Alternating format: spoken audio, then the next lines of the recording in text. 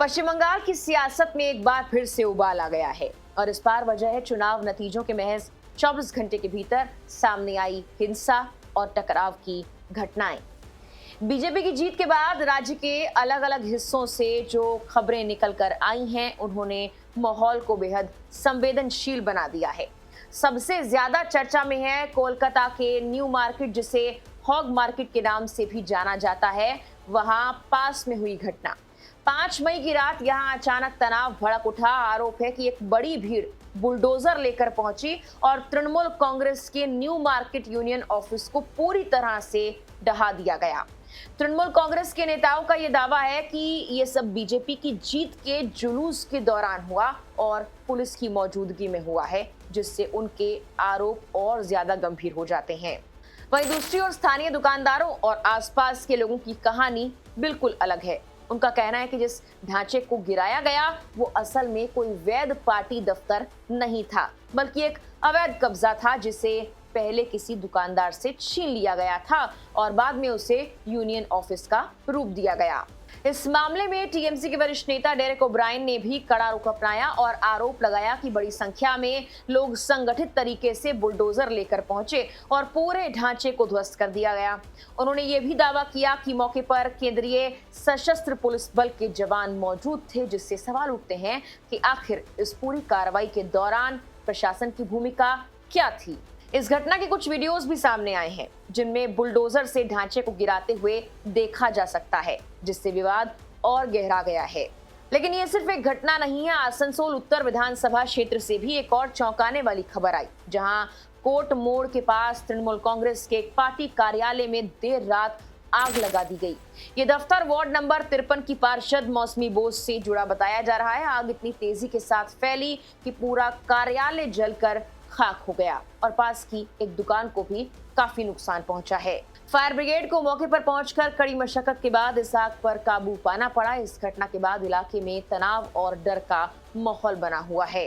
BJP के स्थानीय विधायक कृष्णेंदु मुखर्जी ने इस घटना पर प्रतिक्रिया देते हुए कहा कि उन्हें जैसे ही जानकारी मिली, उन्होंने तुरंत संबंधित अधिकारियों को सूचित कर दिया और फायर ब्रिगेड और पुलिस को सक्रिय किया गया। उन्होंने ये भी कहा है कि आसपास लगे सीसीटीवी कैमरों की फुटेज की जांच की जाएगी ताकि सच्चाई सामने आ सके, और साफ तौर पर यह भी कहा कि चुनाव के बाद किसी भी तरह की हिंसा को बर्दाश्त नहीं किया जाएगा।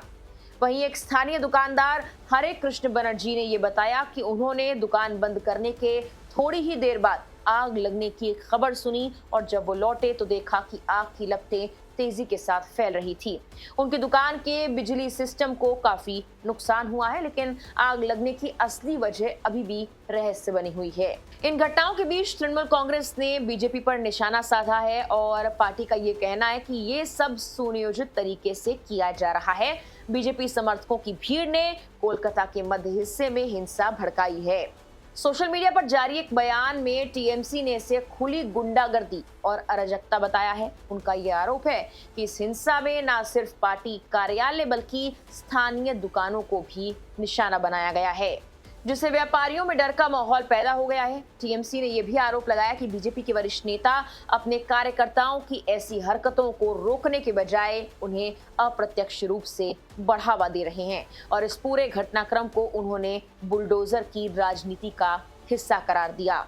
हालात को और गंभीर बनाती है वो खबर जिसमें 2 लोगों की मौत की पुष्टि हो चुकी है। रिपोर्ट्स के मुताबिक बीरभूम के नानूर में एक टीएमसी कार्यकर्ता अबीर शेख की कथित तौर पर बीजेपी कार्यकर्ताओं द्वारा धारदार हथियार से हत्या कर दी गई।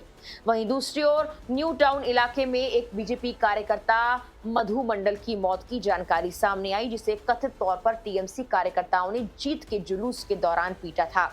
ये दोनों घटनाएं इस बात की तरफ इशारा करती हैं कि हिंसा सिर्फ एक तरफा नहीं है, बल्कि दोनों पक्षों के बीच गहरा टकराव चल रहा है। बीजेपी के प्रदेश अध्यक्ष समीक भट्टाचार्य ने इन आरोपों को खारिज करते हुए ये कहा कि कुछ छिटपुट घटनाएं जरूर हो रही हैं, लेकिन उनकी पार्टी का इससे कोई लेना देना नहीं है। उनका ये कहना है कि टीएमसी अब सत्ता से बाहर होने के बाद हर घटना का ठीकरा बीजेपी पर फोड़ने की कोशिश कर रही है। उन्होंने ये भी दावा किया कि उनकी पार्टी संगठनात्मक स्तर पर हिंसा रोकने की कोशिश कर रही है और प्रशासन से भी लगातार संपर्क में है।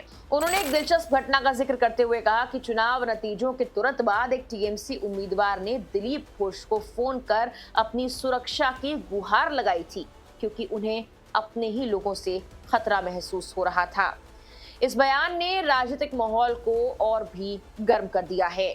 इस पूरे घटनाक्रम के बीच चुनाव आयोग ने भी सख्त रुख अपनाया है। आयोग ने राज्य के मुख्य सचिव, पुलिस महानिदेशक और केंद्रीय बलों के अधिकारियों को स्पष्ट निर्देश दिए कि किसी भी तरह की हिंसा को बिल्कुल बर्दाश्त नहीं किया जाएगा।